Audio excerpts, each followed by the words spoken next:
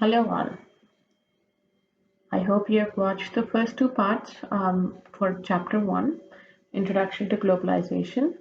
We talked about how levels of economic development are measured and also measuring levels of trade for different countries and what do they mean for apparel and textile industry.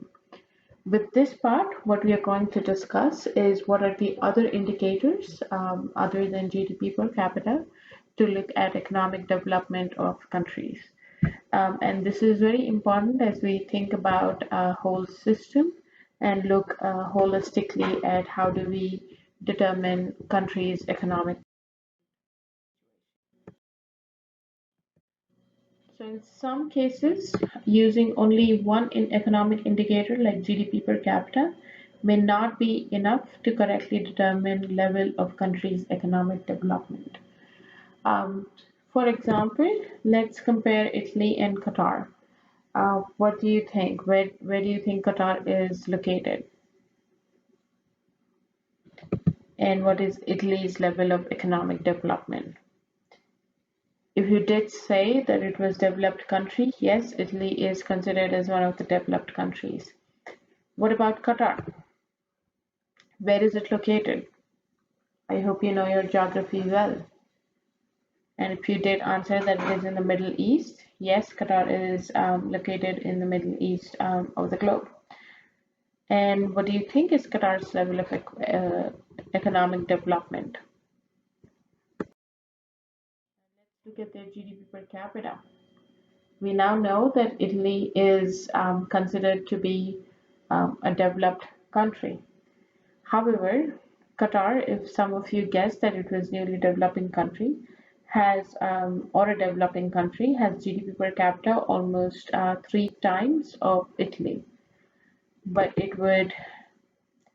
But let's ask the question: why do you think Qatar has such high GDP per capita?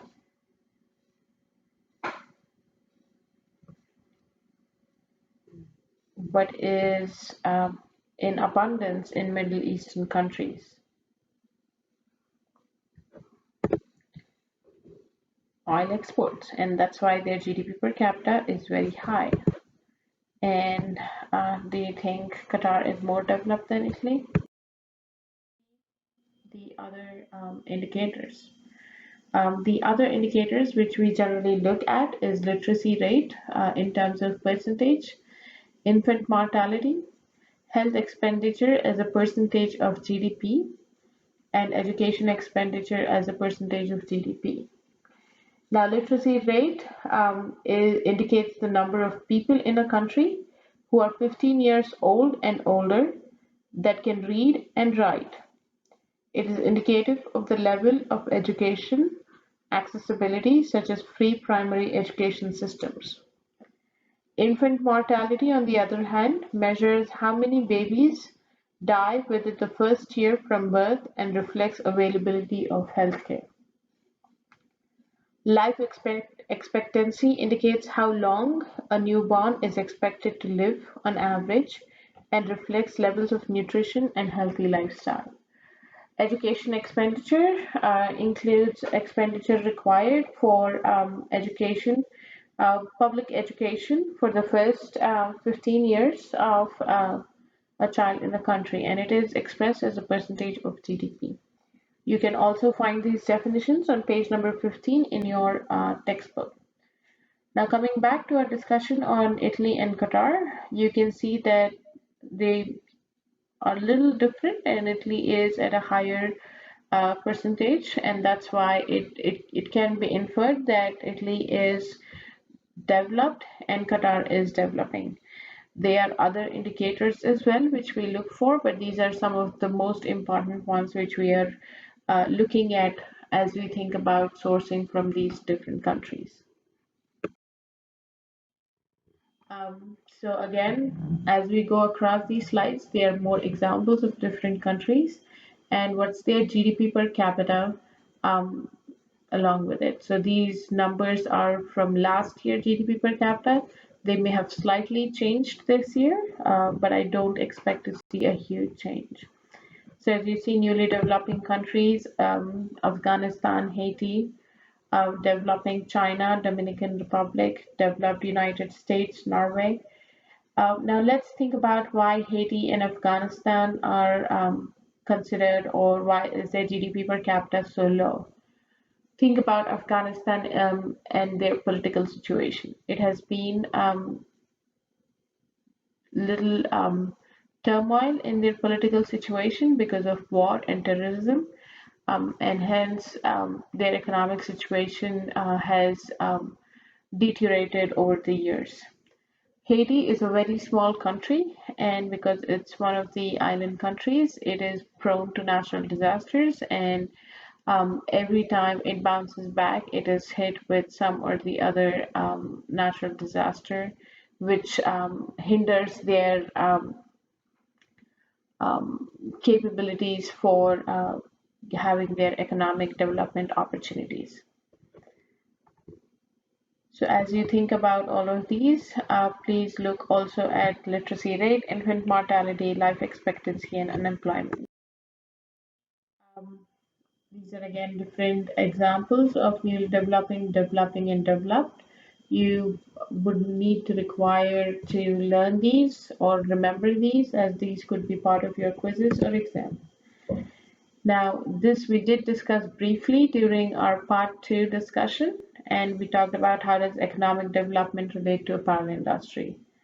Remember, apparel industry or apparel manufacturing is mostly a labor intensive industry, and garment production cost depends on the wage rates. Now, developing countries generally have wages which are really low and absolutely unacceptable in countries in developed economies.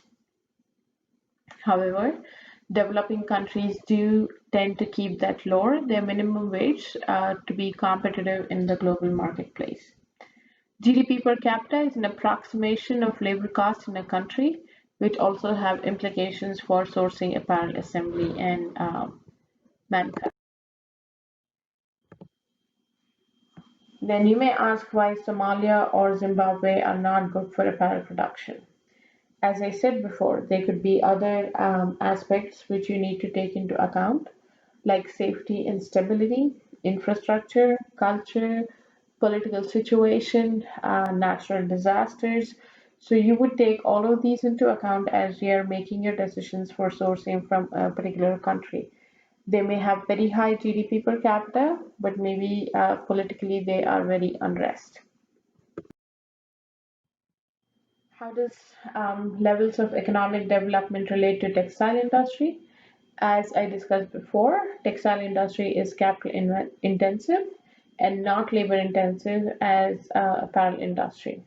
Developing countries do not have a very sophisticated textile industry, primarily because they don't have the educated workforce which are required for developing new textile technologies and innovations.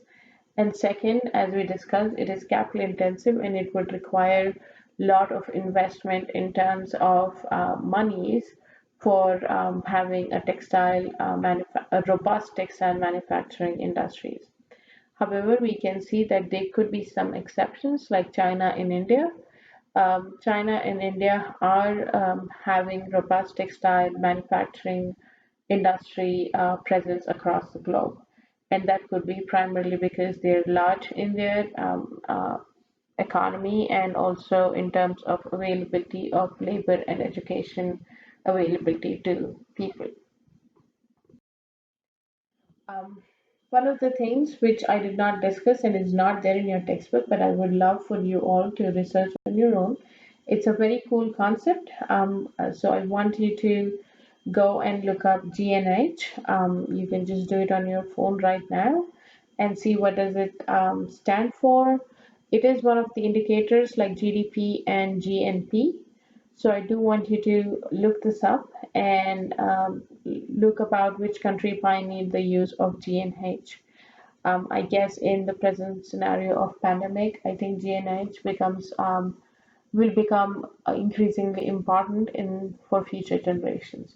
So please go ahead and look at this.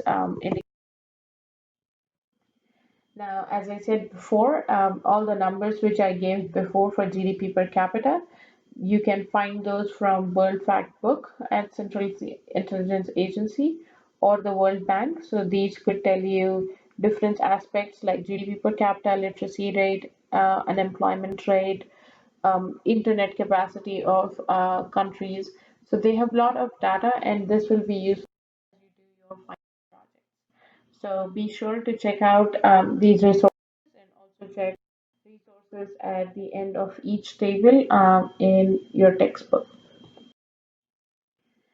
I do want you to review on your own would be structure of textile complex levels 1 to 4, role of retailing in the textile complex, customer demand, and sustainable supply chains.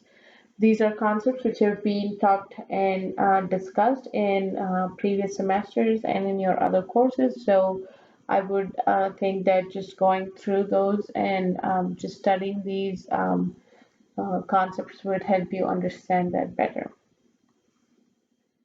Please let me know if you have any questions. Otherwise, we are done with chapter one. You will also have assignment to turn in for chapter one, for which pop quiz one would be like a basis for you to know. Uh, Assignment one will be hands-on using real data from the US government's trade data website. So be ready as I publish that assignment tomorrow. Thank you.